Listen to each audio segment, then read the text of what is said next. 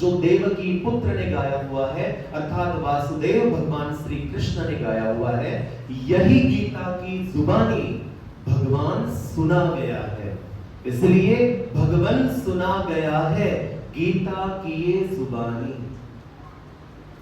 ऐसा शास्त्र और ऐसा शास्त्र बताने वाला मात्र इस जगत में एक ही परमेश्वर है। पहले जमाने में गांव में गाड़ियां नहीं आती थी, ना ही कोई पशु प्राणी आते थे। अगर कोई पशु प्राणी, मान लो हमारे बचपन में अगर कभी ऊंट आ गया, कभी हाथी आ गया, तो बड़ी खुशी होती थी, पूरा गांव देखने दौड़ चला जाता था कि अरे कुछ तो नया आया हुआ है। महाराज ने अपने श्रीमुख से ये बात बताई है, ये प्रसंग बताया हुआ है। महाराज कहते हैं कि एक गांव में हाथी आ गया। जन्मांध कुछ व्यक्ति थे उस गांव में, बाय ब्लाइंड बर्थ। वे भी उस हाथी को देखने चले गए। जैसे आंख वाले बंदे चले गए, वैसे वहां पर जन्मांध बंदे भी चले गए। आंख वालों ने अपनी दृष्टि को सहारा बनाकर उस हाथी को देख लिया, लेकिन जो जन्मांध थे, बाय बर्थ जो ब्लाइंड थे, आप जानते हैं कि अगर उनकी दृष्टि अगर छीनी जाती है तो उन्हें एक ज्ञान ईश्वर की तरफ से एक स्पेशलिटी के तौर पर मिल जाता है। क्या मुझे बता पाएंगे कि वो कौन सा ज्ञान होता है? स्पर्श ज्ञान। अब वो जो बाय बर्थ ब्लाइंड थे, वे सारे इकट्ठा हुए। उन्होंने सोचा जैसे आंख वालों ने देखा वैसे हम भी जाएंगे और हम भी हाथी को देख कर आएंगे। सारे चले गए। जिसको जो अंग मिला उसने उसी अंग को हाथी समझ लिया। हमारी भी गलती यही होती है। उस बात पर मैं आऊंगा आखिरी में। इस बात को हमारे गुरुजन, हमारी विद्यमान संचालिका, ये भी अपनी कथा में, अपने प्रवचनों में हमेशा ये बात कहती गई है। हमारे गुरुजन इस बात को कहते गए हैं। तो उन्होंने जिन जिन अंगों को हाथ लगाया, उसी अंगों को उन्होंने संपूर्ण हाथी समझ लिया। गलती कहां होती है हमारी? हम जहां कहीं संसार में चमत्कार देखते हैं तो उस चमत्कार को हम परमेश्वर मान बैठते हैं। मानते हैं ना? अगर मान लो कि किसी पीर पर चद्दर चढ़ाकर अगर कुछ काम हो जाए तो आप जय कृष्णी होकर भी आप अपने ना लोगों को इस बात को जरूर बताओगे, वहां पर ना ऐसा चमत्कार हुआ। अब भला जब आप चमत्कार बताओगे तो उसका भी तो मन करेगा ही ना वहां जाने का। लेकिन एक चमत्कार होना तो पूर्ण परमेश्वर का होना नहीं है। इसीलिए जैसे ही एक अंधे ने कान को हाथ लगाया, उसने समझ लिया कि यहाँ पर हाथी तो छज्जे को कहते हैं। जिस छज्जे से हम अनाज साफ करते हैं, हमारी ये माता बहनें जिस छज्जे से अनाज में से कूड़ा करकट, जो मिट्टी के कंकड़ होते हैं, जो बिल्कुल खाने लायक ना अनाजों के जो दाने होते हैं, वो निकाल देते हैं। इस प्रकार उसने समझ लिया हाथी कैसा है? हाथी तो छज्जे जैसा है। जैसे हमने समझ लिया कि फलाने फलाने मंदिर में चमत्कार हो रहा है, अन्य देवता के मंदिर में, तो वो मंदिर में परमेश्वर है। और बस तत्काल हमारा जो झुकाव है, हम 360 डिग्री चेंज हो जाते हैं। बेशक हम पुष्करी नामधारी हो, बेशक हम बरसों से हम देव पूजा करते आ रहे हो, तीर्थ स्थानों पर जाते हो, लेकिन कहीं ना कहीं हमारा मन जो है वो डामाडोल हो जाता है। एक बंदे ने पांव को हाथ लगाकर पांव को हाथी समझ लिया। उसको तो ये पता है ना कि महल में, घर में खंबे होते हैं, खंबे बिल्कुल सीधे होते हैं, और उसने ये समझ लिया कि हाथी कैसा है? हाथी तो खंबे जैसा है। एक बंदे ने हाथी का पेट नीचे से ऐसे देखा। उसने सोचा हाथी तो अनाज भरने के कोठी जैसा है। एक बंदे ने सूंड देखी, उसने कहा हाथी तो नारियल के पेड़ जैसा है। एक बंदे ने वहां पर पूंछ देखी, उसने कहा हाथी तो झाड़ू जैसा है। और इस प्रकार सारे आपस में लड़ मरने लगे। हमारी माताओं को सबसे बड़ा एक्सपीरियंस है। अगर हमारी माताओं ने अगर एक बात अगर पकड़ ली ना, तो वो बिल्कुल दूसरे का नहीं मानेगी, अपने बंदे का तो कभी नहीं मानेगी, आपस में उलझती रहती है। लेकिन यहाँ पर जब वो झगड़ने लगे, तब वहां पर कुछ आंख वाले व्यक्ति आए। अब देखिए, क्या उनकी लड़ाई में सारा ही झूठा था या सारा ही सत्य था? जरा बताइए। आधा सत्य था, आधा झूठ था। हम सभी इसी अवस्था में ना, हम यहाँ पर झूल रहे हैं। जब भी कोई संकट आता है तो तत्काल हम क्या करते हैं? नामस्मरण छोड़ देते हैं, किसी पाठ की तरफ चल पड़ते हैं। हम जय कृष्णियों की व्यवस्था वहां पर बता रहे हैं। और जब ज्यादा संकट गहरा हो जाता है, फिर हम तत्काल क्या करते हैं, चलो किसी स्थान की खेटे मान लेते हैं, सुखना मान लेते हैं, चलिया उठा लेते हैं। और ज्यादा संकट आए ना, और अचानक अगर कोई कह दे कि उस बाबा के पास ना कोई अंगूठी है, उस बाबा के पास कोई धागा है, उस बाबा के पास कोई ताबीज है, तो तत्काल अपना सारा पूजा पाठ छोड़कर हम तत्काल वहां चले जाते हैं।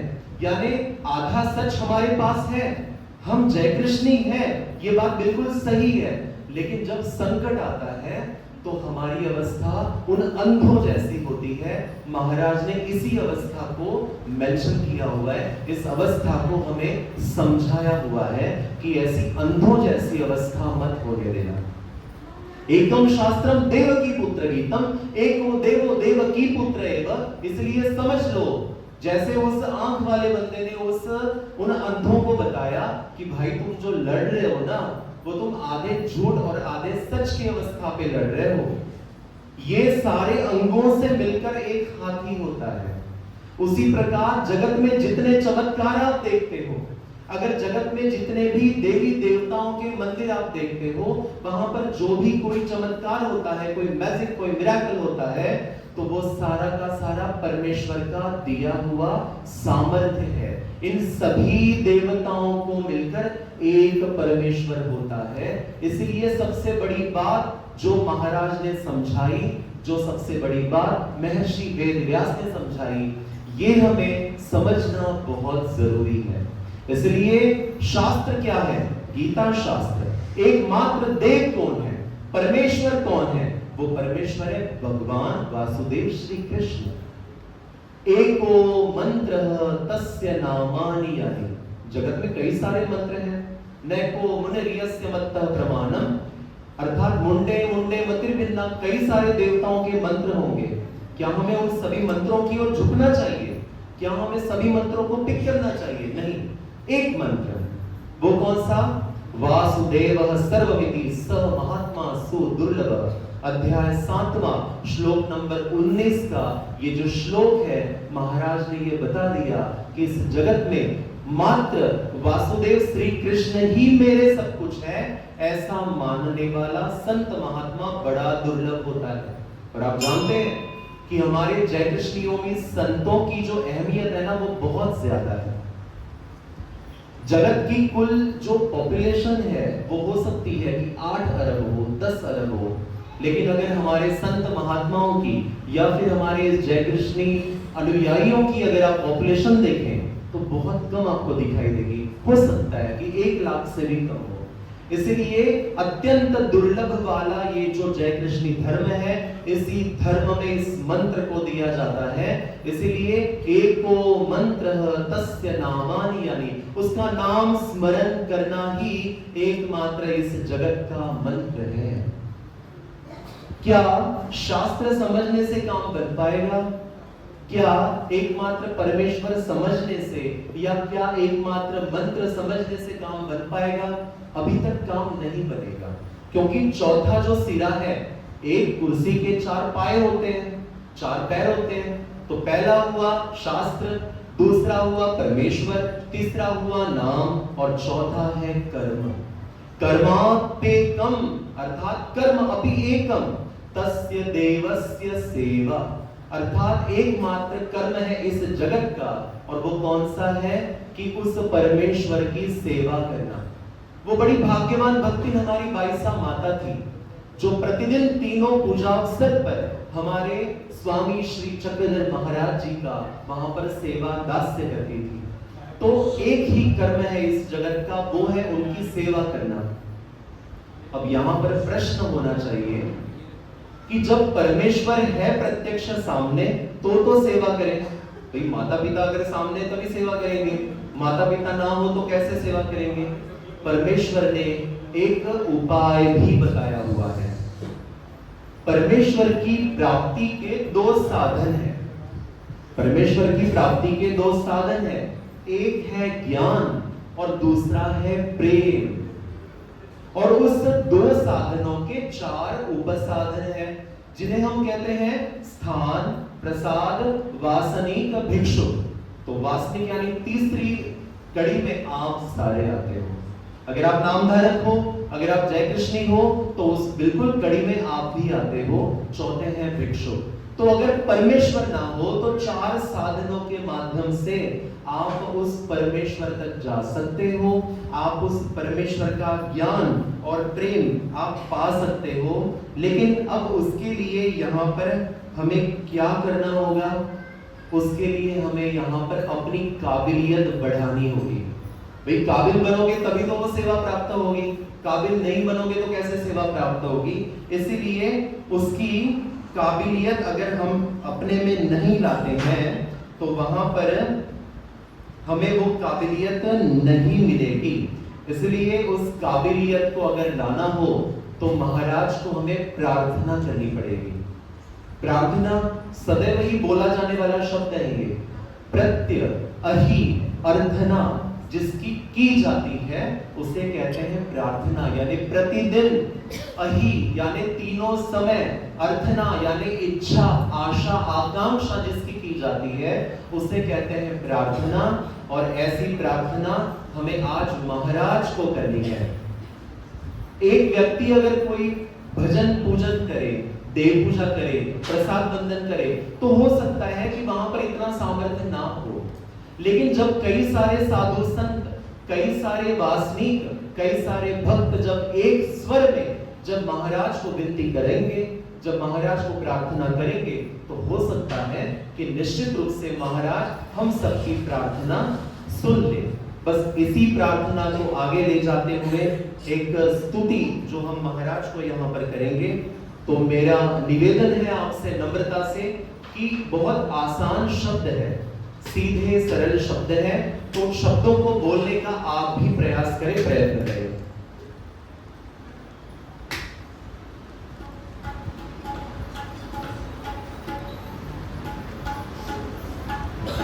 जब से मिली है दया हमको इनकी, जब से मिली है दया हमको इनकी, हो जब से मिली है दया हमको इनकी, जब से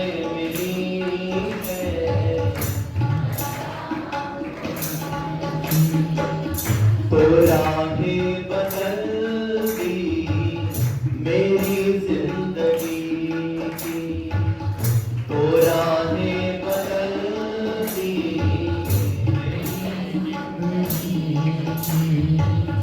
नज़रे करम का इशारा न होता, नज़रे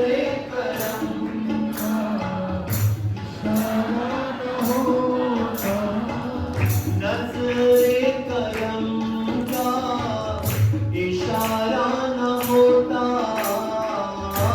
नज़रे करम का इशारा न होता,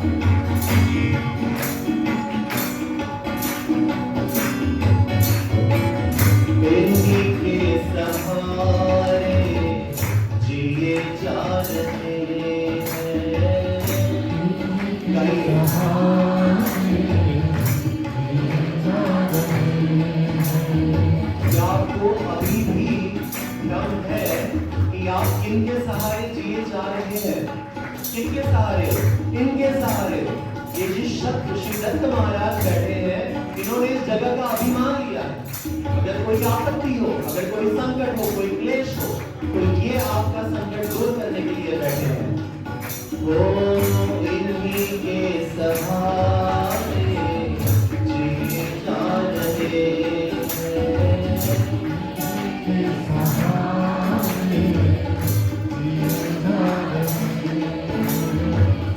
नाम काम दिए जा रहे, नाम काम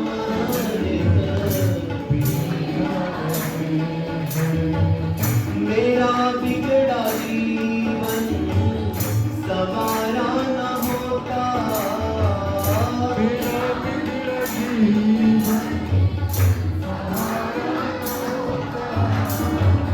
मेरा बिगड़ा जीवन सवारा न होता, मेरा बिगड़ा जीवन सवारा न होता, मेरा बिगड़ा जीवन सवारा न होता, तो दुनिया में कोई हमारा न होता, तो दुनिया में कोई हमारा न होता।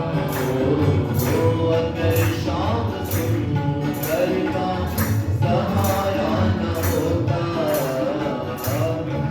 शाम सुंदर का सहारा न होता, कोई नहीं था दुनिया में अपना, कोई नहीं था दुनिया में अपना।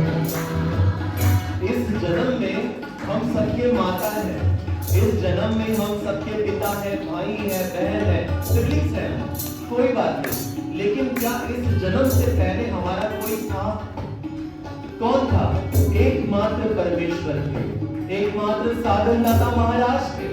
इसीलिए यहाँ पर साधक कहता है, हो कोई नहीं था दुनिया में अपना, कोई नहीं था दुनिया में अपना, कन्हैया से मिलना लगता था सपना, कन्हैया से मिलना लगता था सपना, कन्हैया से मिलना लगता था सपना, कन्हैया से मिलना लगता था सपना।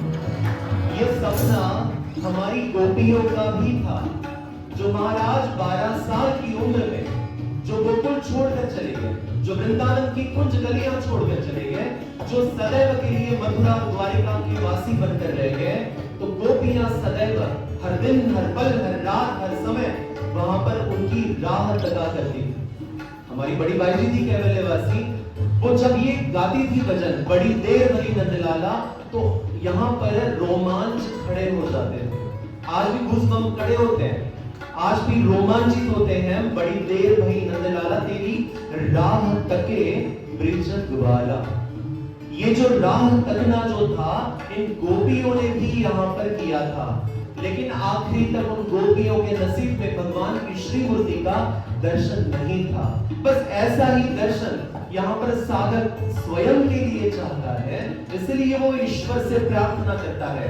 साधक कहता है, कन्हैया से मिलना लगता था सपना, कन्हैया से मिलना लगता था सपना, कन्हैया ने हमको जो पुकारा न होता, कन्हैया ने हमको पुकारा न होता, ओ कन्हैया ने हमको जो पुकारा न होता, कन्हैया ने हमको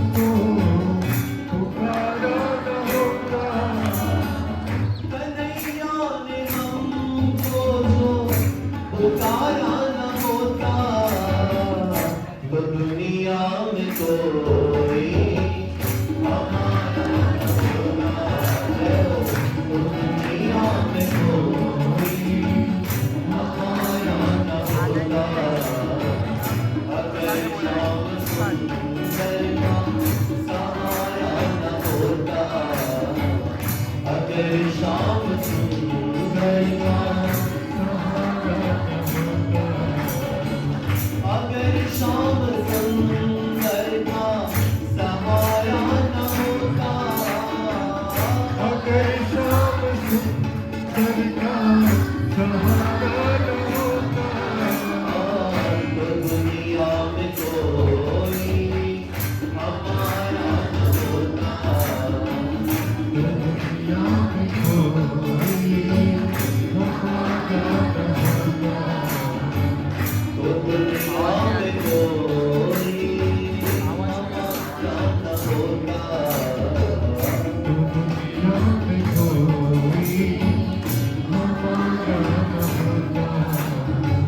जब भी संकट आता हो, जब भी भंवर में नैया जब डूबने वाली हो, तो तब कौन कौन सहारा देता है? माता पिता नहीं भागते जाते, भाई बंधु मित्र दोस्त ये कोई नहीं आते। उस समय एकमात्र परमेश्वर आता है, और उस परमेश्वर को अगर जानना हो, आज हम बड़े कम नसीब हैं।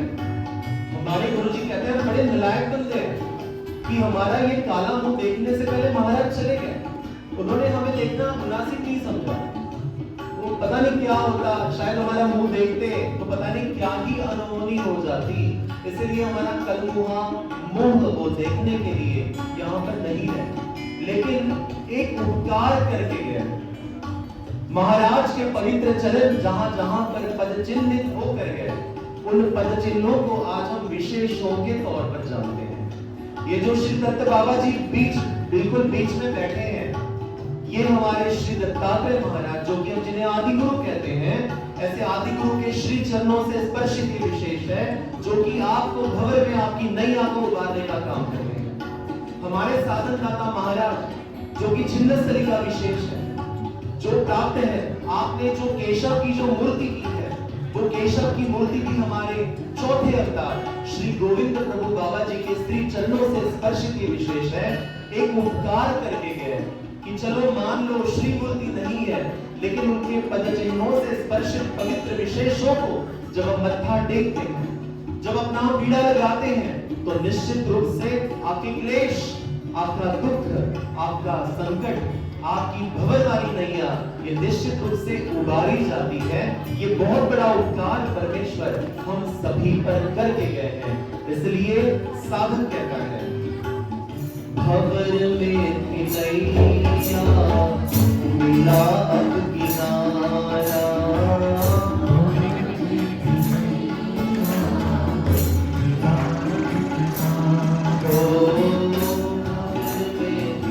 नैया मिला अब किनारा, अब किनारा,